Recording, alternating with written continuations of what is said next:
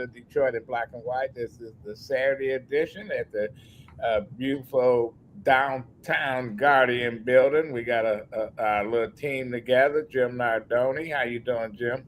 I'm doing fine. Happy Saturday morning to everybody. Good morning, Attorney Vanessa Moss. Good morning, everybody here at Detroit in Black and White, including Lady T. Listen, if you are watching Detroit in Black and White, you know what we want you to do. We want you to hit that like button. We want you to subscribe, and we want you to tell everybody that this is the greatest show on the YouTube streets. You can catch us on every social media platform. We're trying to get our subscriptions up, and the only way we can do that is if you help us. Good morning. Now, Allan Lengel, our co-founder of Deadline Detroit. What's going on? Not too much. Just the news just keeps coming. Well, okay. I'll go to you, Jim. Your outrage of the week, or not really an outrage, but I'll just talk about what happened last night on our show. This is, as everybody, not everybody knows, Adolph had a radio show for many years, and Allan, Vanessa, they contributed to that show. And this is a voice of people. We want to be respectful. We want to enjoy each other's company. We all learn from each other. We don't always agree. And in fact, we seldom agree. And that goes for everybody out there. You're welcome to please comment and give us your thoughts on it. That's how we learn. But saying that, be respectful to your friends. Be respectful to everybody else. This is a family, and we want to keep it that way. And let's move forward. Tell one person.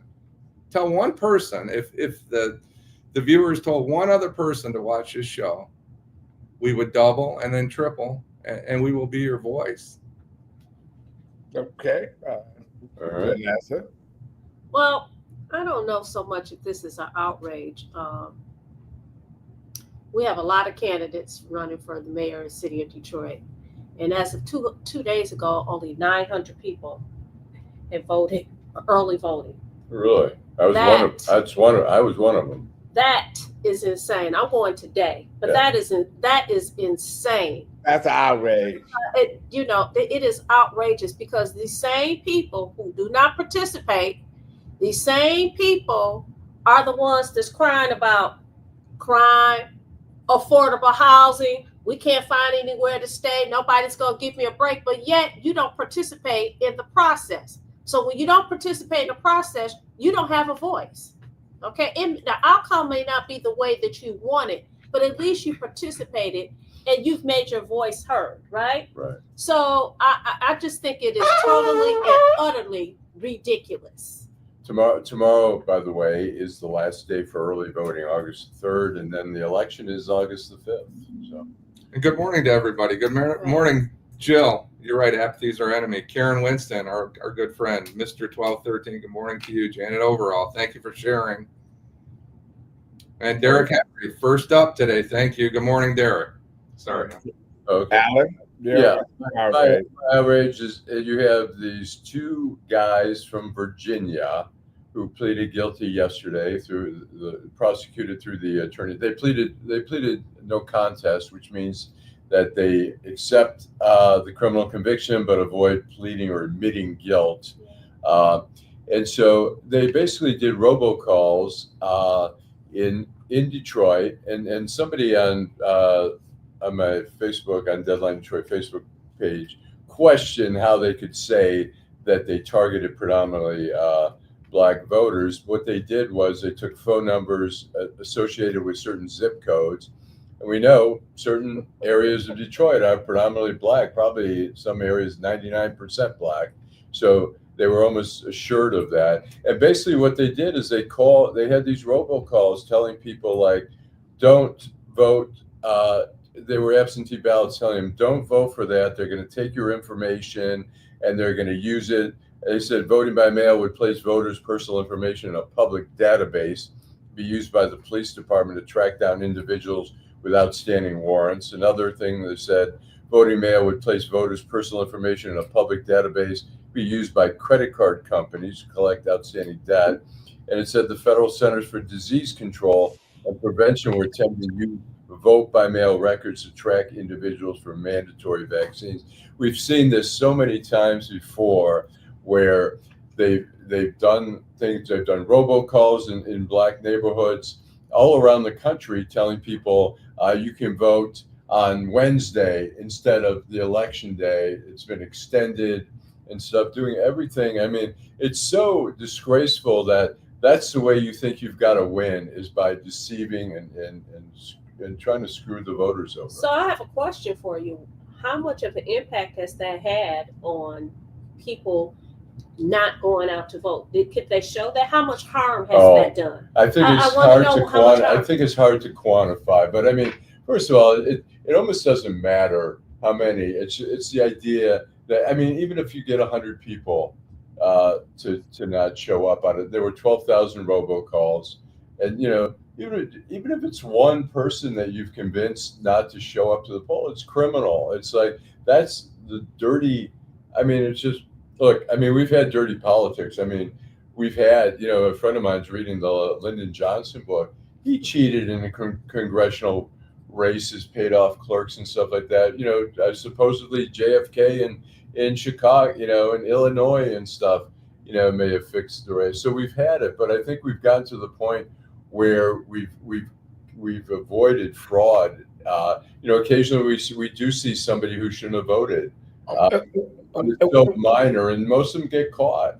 Well, we have had clerks in this city throw out thousands of votes. Yeah. Look at a ballot and say, "Oh, that's not a real ballot. It's a spoiled ballot," and they changed the outcome of a lot of these elections. Right. I keep telling the story of McNamara going to bed thinking he lost the race to Clyde Cleveland, and when he woke up the next morning, the clerk in the city had threw out several thousand Detroit votes, saying that they were spoiled ballots, and there was McNamara back in office. So it's how you do it, and not why you do it. Why you do it is because folks want to cheat, so they play. My experience with robocalls, people hang up on it. Right. Most people don't listen to the shit. Right. But isn't this a good sign? Isn't this a good sign, Allan, that the FEC is going after charging these folks with federal crimes? Isn't that the way we want? Yeah. That's my question. How aggressive? I think they were state crimes that they were. They're state crimes. Yeah, they were state crimes because it was in Wayne. They're going to be sentenced in Wayne County Circuit Court. But yeah. I mean, look, the fact that we're catching these things, but the fact that these guys didn't only do it in Detroit, they did it all around the country for the general election. It's really, if anything, it just shows the intent there. It's just the dirty politics that we tried to avoid. But the courts have played a part in that, because when we had to mess with the people getting signatures, there's always been a problem of folks collecting signatures, and it depends on who get caught. There was a time when John Conyers' signatures was challenged, and you could look at him and know that he didn't qualify to be on the ballot, but he went to court. The court said don't matter, and they let him stay on the ballot. But then they pick and choose somebody else, same situation, or a technicality on a dot or a comma or whatever, and they throw these people off. So as far as cheating, they cheat. They still cheat. It depends on how you cheat.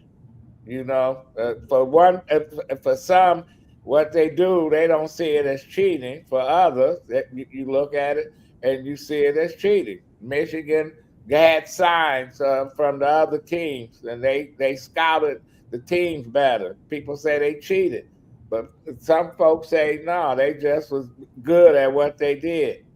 So same here in these elections. Yeah, you know what? Before you do your outrage, Adolph, I want to go to a couple of our viewers. First of all, I want to say good morning to Duela, Oronde, Terry McCrimmon and Kenneth Reed. Terry McCrimmon says there are Asian voters, Hispanic voters, white voters, Mexican voters that vote. In 2025, why are Black Americans still targeted by these kind of folks? It's just amazing that a certain segment of society concentrates on Black people.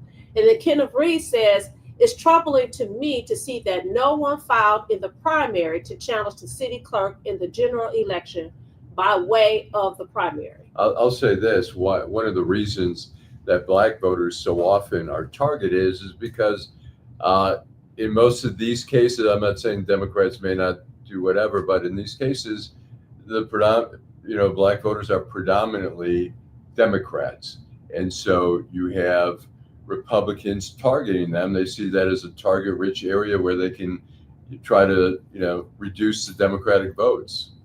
They do their research when they would do something like this. They would do their research and see where it may have some effect. Am I wrong? Right. I mean, look, like I say, they ended up picking out area codes, or not area codes, but zip codes, and we know certain neighborhoods that are either predominantly Hispanic or predominantly Black or predominantly white, and they targeted the predominantly Black neighborhoods. Well, you know what, and they have help because they go find people that live over there, and they play a big role in helping them perpetrate these situations. We look at our congressional districts out of Detroit, and you find out Sri Canada, he was invited by people who wanted to get paid to come in and run as a state rep. Never lived in the city, didn't know that district, went and rented a house and spent a ton of money with the help of those community people. And a lot of these same community people are involved in the mayoral election. They got him in the state house. He ran for governor. He figured he got the most votes out of Detroit. So he came, sat his ass down here, didn't know the district, got elected state rep, ran for Congress against 8-9 folks. And he's had those same people who buy their way. People don't vote. The few people that vote, they buy them off. We look at Rashida Tlaib, come from Southwest. Didn't live there. She lived in Dearborn. Filed her homestead tax shit at Dearborn. But they come here, and here they are. We haven't heard a word from them to get out the vote. We usually have our elected representatives trying to beef up the voter participation, and I haven't heard anything from nobody except the people that's probably running for re-election. Go ahead, Vanessa. Well, you know what? Some people will say, really, you don't have to cheat, given that there is such voter apathy, and given that in the city of Detroit, you have such a low voter turnout over the last 10 years. I mean, you don't even have to. Because guess what? People not showing up at the polls. Even with the absentee voters that participate, they said that there haven't been a lot that have come in. So, you really don't even have to do it. Well, I think in some big races, I think like when Obama ran, I think there was a lot of excitement. Well, that wasn't a race. That was a movement people wanted to be part of. They thought was history, and they participated. But after that, they went back to they went and hibernate again. The Senate races, with Rogers and Alyssa Slotkin, that was a very close race, and a little bit of Democratic voters not showing up could make a difference there. So, well, we got Mike Duggan saying now he's running as an independent. And do you think that in a city like Detroit that starts a Democrat, they're gonna go and say, okay, we're gonna not vote for Democrats, we're going independent? I still have a hard time putting my arms around that scenario. They're going to vote for Jocelyn Benson. No. I think right now, I mean, the polls are showing that in the city of Detroit, Duggan is far ahead of Benson. But you just phone calls. I'm talking about physically going to vote. They're going to do they spoil a ballot. You know, people are already confused, Allan. A lot of times when they go vote, straight ticket, whatever. You know, it's going to be a mess if that's the way it's going to be.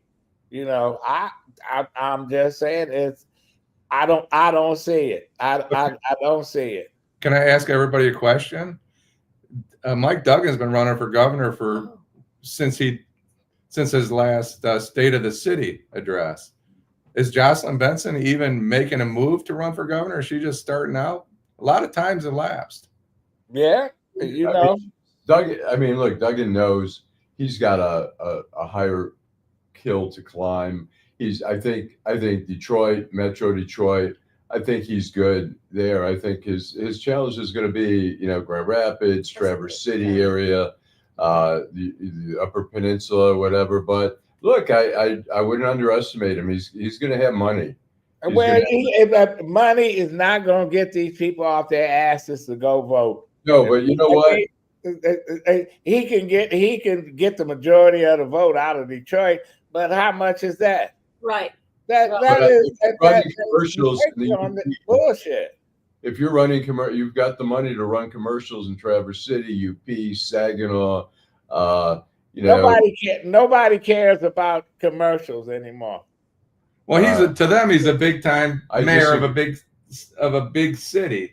I disagree about the commercials. I have to agree with Adolph to this point and your point that he has a very heavy lift, and I'm not convinced, based upon what we've seen, that Democrats in the city of Detroit are going to leave the party and vote independent. I'm not convinced.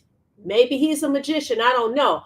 But Terry McCrimmon, one of our viewers, shout out to you, Terry. He made a very good point because we talked about voter apathy. He says he thinks that voter participation in Detroit went down after the voters decided that they didn't want an emergency manager, and they voted against the emergency manager. But the powers that be in Lansing decided your vote don't count. We're giving you an emergency manager anyway. So voter apathy pretty much came into existence. I do not disagree with that. How can you put something on a ballot, people vote against it, and guess what? You guys don't know what you're doing. We're going to make the decision for you. How disrespectful. I'm going to say, I just want to talk about commercials. I think during the last election, the Trump election, I think the transgender commercials against Kamala Harris were incredibly effective. Not every commercial. I mean, after a while, you get bombarded with bullshit, but certain commercials stand out. And I think that was one I heard voters talk about.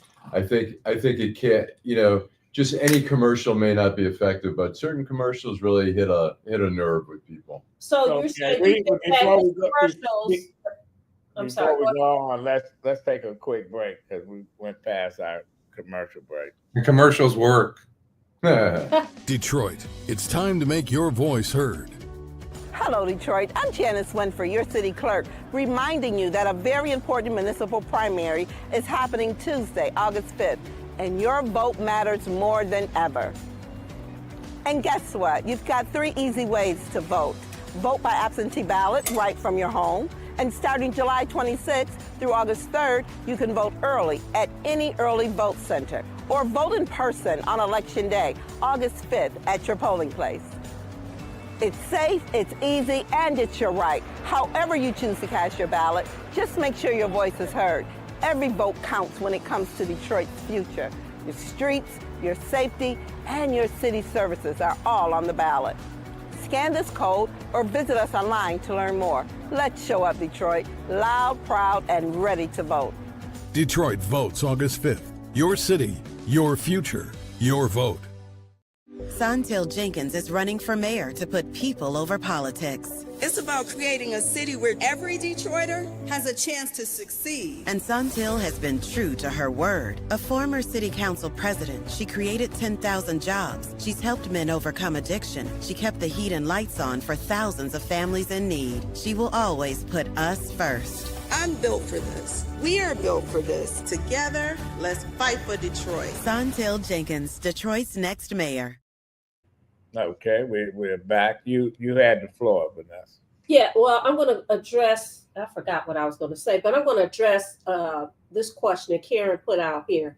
Karen Winston, she says, basically they could spend money to perfect the space travel, but not perfect the elections. What's your response to that? I think they're getting better and better about, putting safeguards in there to avoid. I mean, look, we've had some people occasionally who haven't voted, but it's interesting. During the 2020 election, they were trying to say there were all these dead people, like 200,000 dead people, and the BBC took a sampling of that, of 40 people that they pointed out were dead. 38 were alive. The two that were dead, one had voted in October and then died before the election. And the other person he had the same name as his father, and he accidentally used his father's absentee ballot instead of his. So there were I think we've done a pretty good job, and we can always do better and stuff and make sure that the systems aren't vulnerable to, manipulation and stuff like that. But and we get shoddy reporting too. I remember when the recall against former Mayor Dennis Archer, and they had the signatures, but of course the clerk threw out a lot of the signatures, and the press reported people was writing in Michael Jackson, Michael Jordan. Come to find out, I know 4 Michael Jordans growing up. Yeah, I know several Michael Jacksons and stuff. So people assume, you see a name, somebody made that name up, and it's just not true, So elections, while on some end, getting better, but it's still the behind the scenes backstabbing, manipulations of who's going to get chosen still remains. I mean, look, we had at the University of Michigan, I think it was a Chinese student who voted, who had a driver's license or whatever because he was living here. He voted and he got caught. I think the majority of the time, I mean, it's so minuscule. But he committed treason, huh? Because he voted.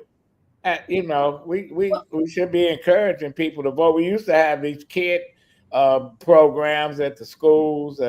Corporations used to sponsor kids voting. I think people don't. It's like you don't have to suppress people; they suppress themselves. Right, Jim. What's your opinion about that? Well, I was going to Karen put out there. I think Karen's right. The question is the answer is they can do it if they want to. And I want to go back to they don't want to. Back to Mike Duggan's first campaign. And I think, we had Karen Dumas, who's a brilliant young lady who doesn't believe that Mike Duggan got the votes. And I'm going to differ a little bit. I think he got the votes, but I think he got a lot of help from the election workers and people that were at the polls describing his last name. I think that he had the help. Not to mention the media. I mean, every other night they're on television. Even the newspaper showing you how to write the man's name down. So, when you go into a polling place, you could take your own material in. If you write down, I'm going to vote for this person. Mm-hmm. So he had a lot of help. So you think that he's going to raise a whole lot of money to help him win as an independent? Perhaps? No, that's not my point. My point is only that he would not have won the election, perhaps, without the help. The media was like his right hand. I'm not going to say that he didn't win the election. I'm just going to say he had a lot. And then they accepted all the different kind of spellings as before. They didn't accept those kind of spellings. Correct. Kenneth Reed said, "What happened to the sound cars that made it through the neighborhoods in the weeks leading up to the election? I can walk on my street and people don't know an election is coming up." Yeah, because people want to call the police. They don't want to hear the sounds. They don't want to, but they can live listening to gunfire, but they don't want to hear no loudspeakers coming down the street. That's why you don't hear ice cream trucks running through the neighborhoods. But they don't have that kind of campaigning anymore. People think you can do social media, etc. Well, we had a very articulate candidate on last night, very intelligent young man that's running for mayor, Mr. Barlow, and he believes that you don't need any money and do some of those things to get your message out. So people think it's social media, and I say it's Social Security that decide the elections in Detroit.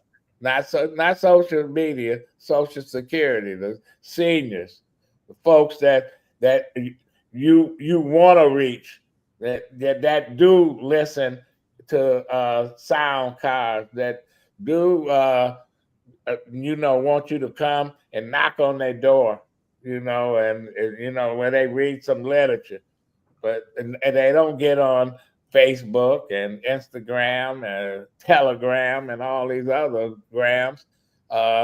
They and to a certain point, Allan, you're right. They watch TV, but then the TV gets diluted with 18 ads right after another. So it's a waste.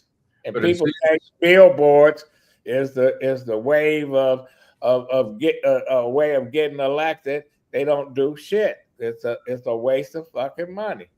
But you can't tell the candidates that, because there's billboards. I tell the candidates that if they ask me, I tell them. But if you want to just look at your picture, drive around the city. Oh, I look good. That don't not vote. They don't vote. And those flashing billboards.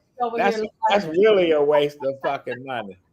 I'll say this, maybe like people like Mary Sheffield, everybody knows who Mary is. I think, for me, I was up until the last minute trying to figure out, I'm in the 5th district, who to vote for consul. And I just, we've had a little bit of exposure, but I like, if people, I think that's where the ground game really is important for people to go out and shake hands, because I think people don't have any strong feelings about any particular candidate. So like when they say, oh, so-and-so came by and I had a conversation with them, I'm going to vote for them. Why not? I don't have a strong feeling about any of them. And I think, and also say people like Jonathan Barlow, if you don't have the name recognition, I think and you guys who've run campaigns may know better, but seems like you've got to get a year head start to get some foundation going. But by the time, and that's why, Todd Perkins has run a great campaign, but his name recognition isn't as high as Santil. It isn't as high as Mary. And we'll see, who knows, maybe Pastor Kinlock, another person. Pastor Kinlock's got a built-in, foundation there. And so I don't know. We got a good comment. On Purpose says, I can't support any candidate for mayor because they have not addressed any incident of youth homicides. That was my outrage.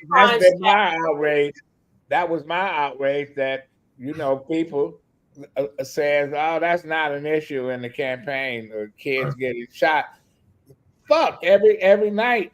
These are not kids that's roaming the streets and wreaking havoc somewhere. They're in bed. They're in bed. They're 6 and 7 years old, or playing on a fucking playground and getting shot, and nobody's doing a damn thing about it. And I'm tired of hearing about affordable fucking housing. What about being able to stop the murder and mayhem that's taking places in the neighborhood? We've had in the last 3 weeks, we had the 4-year-old boy on the playground who was shot over. The incident started where some guy knocked a beanie or something off the guy's head. The guy jumped in a car with a friend, went to the park and opened fire, killed the 4-year-old boy.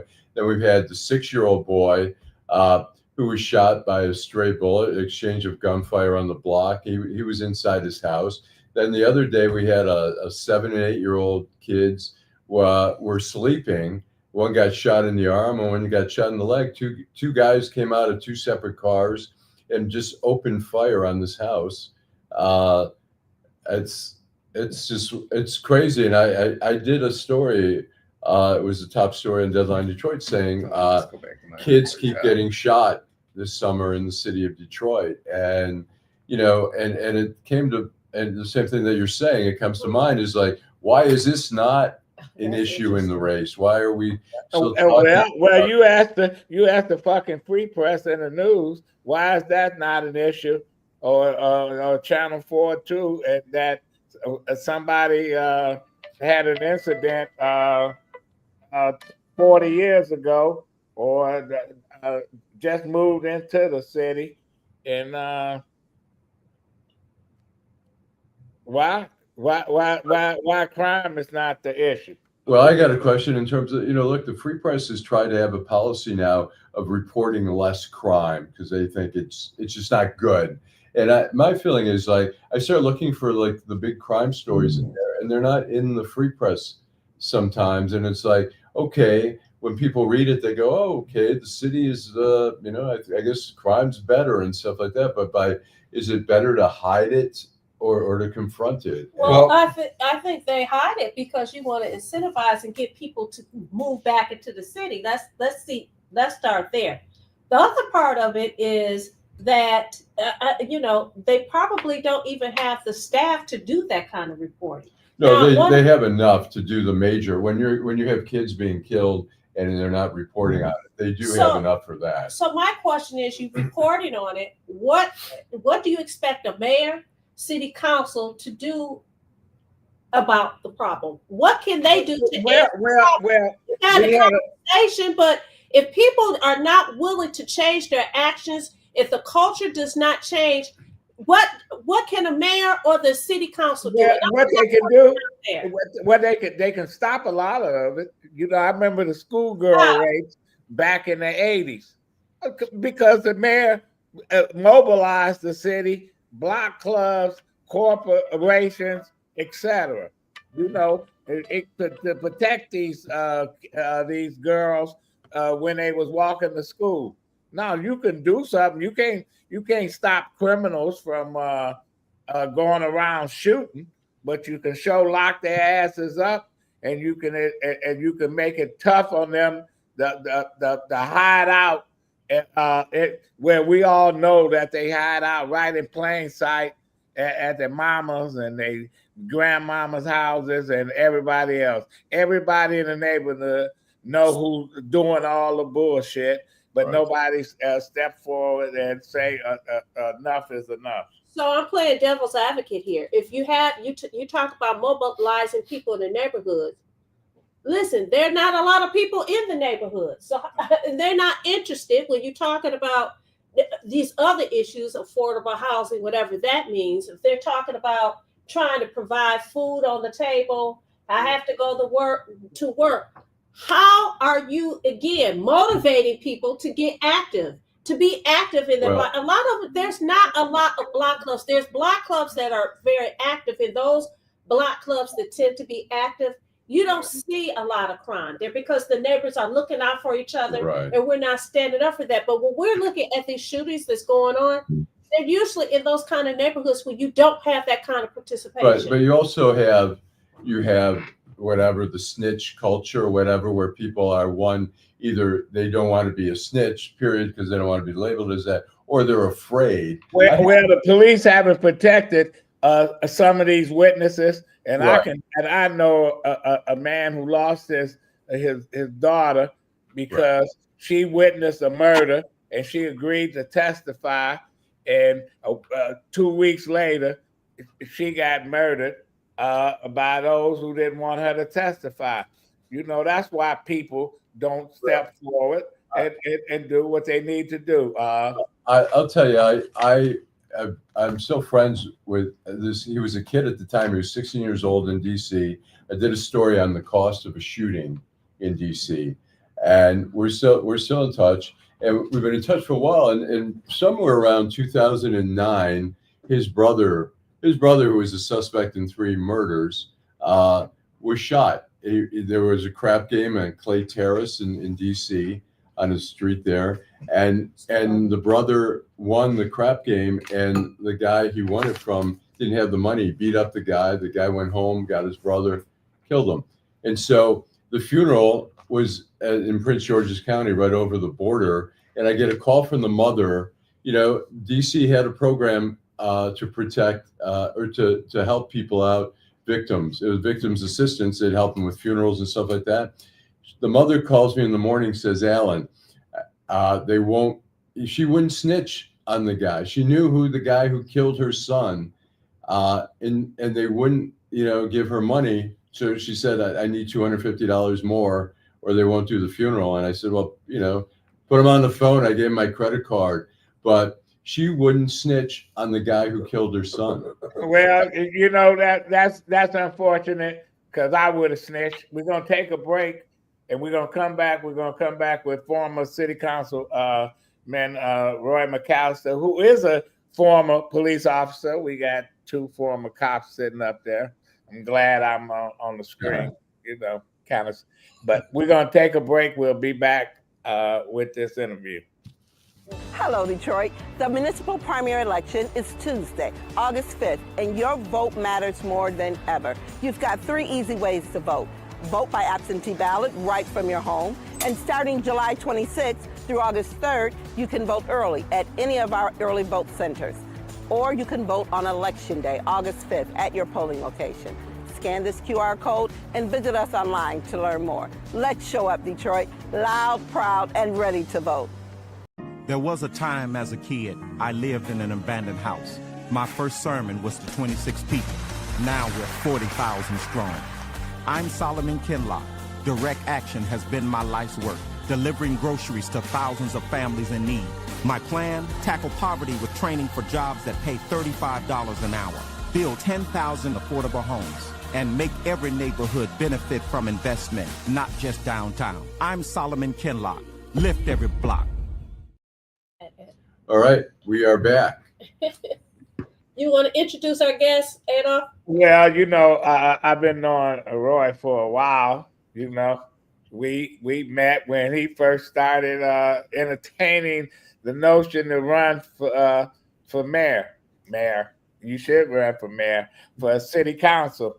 So I was glad to see him be part of the council. Disappointed that he didn't get his seat retained. So now he's back, and hopefully, you win that seat back.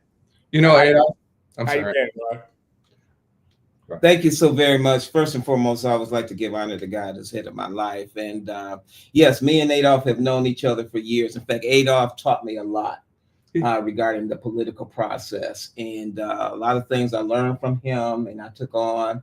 And it took me a while, but I did get in there. What you was going to say? I was just going to say, Adolph, Mr. McCalister had a great lead-in to our conversation. We just, a finish, tie it up in a bow, and he's going to tell a little story about when he was a homicide detective, if that's okay with you. That's fine. Go ahead. Yeah. There was a time when as you know, I used to run homicide section. But when I was an investigator, there was a case that I had, and there was a homicide under this residence, this woman's window. And I went to her and I asked her, during our canvases, I asked her, if she could, if she knew anything or had anything. And she told me in so many words that if she did, she wouldn't tell me anyway and slammed the door in my face. Well, 2 years later, a relative of hers was killed. And then what happened was she came in, and so happened I retained the case. And I didn't say anything about, me meeting her, but I did remember her. And so she told me who all these people were that knew who killed her relative. So I went out and I spoke to them, and nobody wanted to say anything. And so when I went back and I told her, I said, well, nobody wants to say anything. She says, I just don't understand this. I don't understand it. They know what's going on. I just didn't understand it. So I went back to the 2 years when she told me that even if she knew, she wouldn't have said anything, and slammed the door in my face. And so it just goes to show, I happened to hear the conversation as I was coming in regarding this, and we cannot allow people to be out here. I mean, we're having children that are murdered. We having senior citizens, people that are out here, and people are just out here with guns and just blazing away. It's like, it's just regular routine in everyday life. Well, as a council member, Adolph was asking us, and it is very complex, the crime issue. It's Yes. not a simple putting it at the doorstep of the cops. How do we address gun violence in the city in a really an effective way? What the fact is that we have a lot of people that are angry, really don't understand, and they feel that these are the rules and the ways to resolve issues. And what we have to do, we have to have programming. I'm working on my doctorate degree in behavioral psychology, and a lot of this is we have to start bringing people in for anger management. And a lot of things that are going on can be resolved if we just talk to each other. And again, with the programming that we have, and then also looking at what's the history of a lot of these folks that are out here that's doing it. Because, if you've been around violence all the time, that's the only thing and they have to understand that it is beyond that. It seems like, to me, it seems like that should be happening, like anger management and how to deal with violence in 6th grade and 5th grade at a much younger age, where you have the people there already. They're coming to school. As opposed to identifying them when they're 19, 20, 22, when they've committed violent crimes. I think the city council has a great role to play in this, as does the police department, as does the school district, and we have to. Well, one of the things that I did was I have my, when I was on council, and I've had one, and I'm getting ready to have another one, is my mental health seminar. And a lot of these issues are brought out during that mental health seminar. We have doctors, we have therapists, we have advisors that talk to people. And a lot of times people just do not know where to go. Just like the issue with the new approved regulation to fine parents with children that are out past curfew $250. We have to look at that issue at an individual basis, because as I was out walking yesterday to neighborhoods talking to people, I ran into a grandmother, and a lot of these young people are being raised by their grandparents. And they have the initiative and the foresight of how to raise, but they just do not have the energy a lot of times. And a lot of these young folks are not as respectful as we were when we were coming up. So speaking of respect, one of our viewers said one of the issues, a great issue, is that people don't respect one another in the city of Detroit. Mm-hmm. And it is his belief that if you had police in the neighborhoods, policing the neighborhoods, maybe that would garner respect. How do you feel about that? Well, it's not necessarily policing. It's about in the engagement. It's about having good relationships with people, because, in that element, you have a lot of people that are anti-police. Mm-hmm. And when they see the police, it's like they've heard this history about what police would do to you and things of that nature. So it's also the engagement, being involved. I mean, we've had police officers that get out and play basketball with a lot of young people, get out there and do programs, put money out of their pockets to do things. These are the things. So it's not just the security issue of it, but it's also the engagement and the community relationship piece of it, which I truly believe, because those were some of the things that I did, not only as a police officer, but as a councilman also. Roy, should the mayor have a final say on how the schools are run? I'm an advocate of that, and I've been slapped around saying, "Oh, leave the schools alone." But we can't leave them alone if we're going to bring these neighborhoods back. Somebody's got to blow them up and reinvent them. What's your take on that? Well, it's just like with the city council and the Detroit Public School Board. We need to be working together because it's a community issue. It's a social policy issue. It's a security issue. And what the mayor could do is work with the superintendent to find out what issues need to be addressed as far as bringing that in, as far as the city perspective, and working with the Detroit public school perspective and bringing those things together. Because, when we look at, again, we have the mayor who has the city, we have the superintendent who has a school, we have the city council who has the legislative body, we have Detroit Public School who has the educational body. So we all need to be working together, I feel, Adolph, to make sure that things are put into place, programming, what's necessary, what funding need to be out there for programming. A lot of it is the fact that a lot of recreation centers have been taken away. So these are the things that we can work well with both the Detroit Public School and with the city to bring recreation centers back. Let me ask you. You were on the police force for 26 years. So yes, 26 years.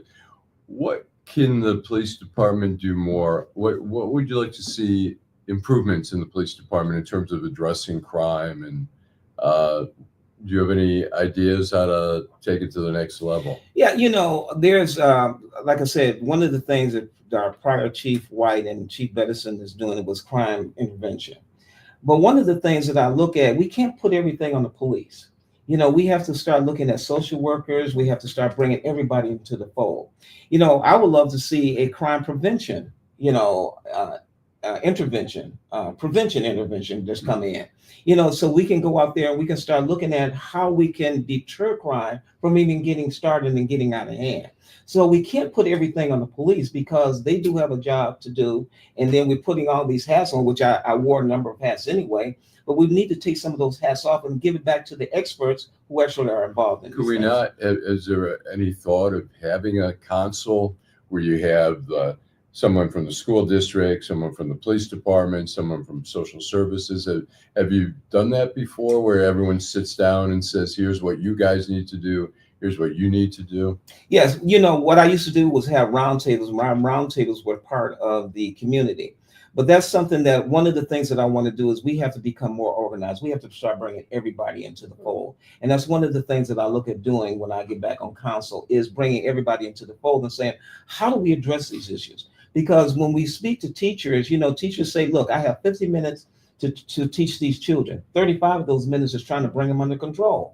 And so therefore, let's start working with the teachers. Let's start working with everybody, social workers, as you stated, to bring into the fold and saying, what are the issues? Because we can develop and put in every type of program there is. But once that child goes back home, goes back to their environment, then it's a whole new ballgame. They're going back to what's causing them to be the way they are. Let me ask you this. Things have changed since you were last on city council, yes. Right? So how do you see your role as a city councilman at this time, at this day and age? There's the landscape has completely changed since you were last on council. So how do you see yourself in your role as a councilman? Well, it's going to change even more, because you have to understand we're getting ready to have, after 12 years of one administration, it's going to change even more so. But you're still dealing with people, and you're still dealing with people's issues. And when we start addressing the people's issues and their concerns, then we can understand how we can attack the problem and resolve the problem. So these things, there's changes, but people are still the same. People still have issues. People still needs to have their concerns addressed and looked at. I have a question. You were in homicide for a long time. Yes. And you were talking about this the other day with some people about mental health, and we see the guy in like New York City who walks in, and we see the guy in Walmart, Traverse City, and we say that's mental illness. But we see here in the city of Detroit where people are sociopathic behavior, where they're shooting up people without any thought. How much mental illness do you think has played into homicide when you dealt with people who committed homicides and said this person has some deep rooted? There's deep rooted, and then there's also just passionate at the time. Speaking to a lot of the people, when you talk to them and you ask them, they really didn't think about what they're doing at the time that they did it. They just didn't think. And now that their lives are being, you've caused lives for the person whose life you've taken, the families. And it's just an issue that, I say mental health is not just the illness or the critical, it's everyday life. And there are things that can change in our life. We look at the person that murdered the person that was the medical few months ago, and we look at this individual who he was actually going to the NFL, but he actually stated, look, he didn't shoot himself in the head because he wanted them to, look at his brain, because he felt it was a football. So there are things that are out there, and if we need to look at these things, we need to address it. We can't just say, push it aside and say, oh, well, that's this person, that's how they are. We have to start addressing. But we have to also start putting more into therapists, into advisors, into doctors who are into the mental health profession to assist with that. Because if we don't have enough personnel or advisors to address people, then we will continue to have these problems. We got to stop turning Lafayette clinics into charter schools. Like we are done. We're gonna take a break, and we're gonna come back and continue this segment with former Councilman Roy McCalister. Detroit, it's time to make your voice heard. Hello, Detroit. I'm Janice Winfrey, your city clerk, reminding you that a very important municipal primary is happening Tuesday, August 5th, and your vote matters more than ever. And guess what? You've got 3 easy ways to vote. Vote by absentee ballot right from your home. And starting July 26th through August 3rd, you can vote early at any early vote center, or vote in person on Election Day, August 5th, at your polling place. It's safe, it's easy, and it's your right. However you choose to cast your ballot, just make sure your voice is heard. Every vote counts when it comes to Detroit's future. Your streets, your safety, and your city services are all on the ballot. Scan this code or visit us online to learn more. Let's show up, Detroit, loud, proud, and ready to vote. Detroit votes August 5th. Your city, your future, your vote.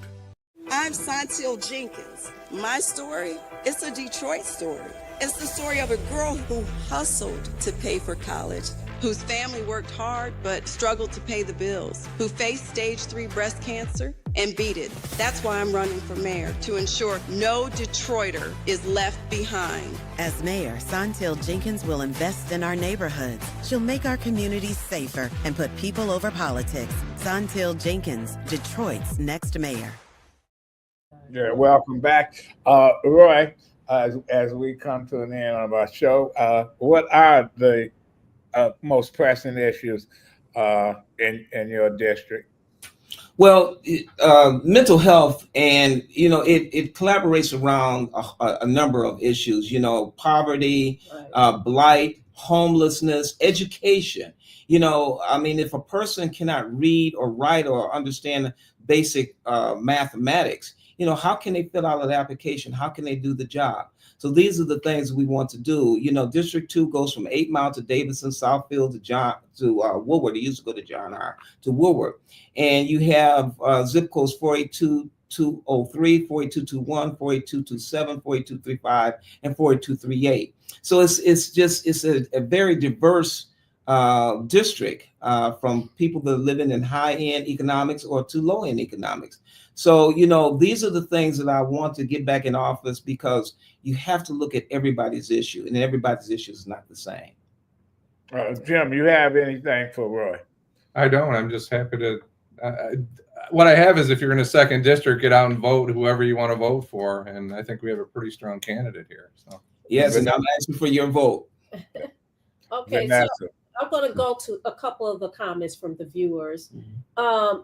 Terry McCrimmon says, amen, Councilman, you can't police your way out of what's going on in Detroit. Unfortunately, it starts in a home when the child is 2 years old, yes, up until 16.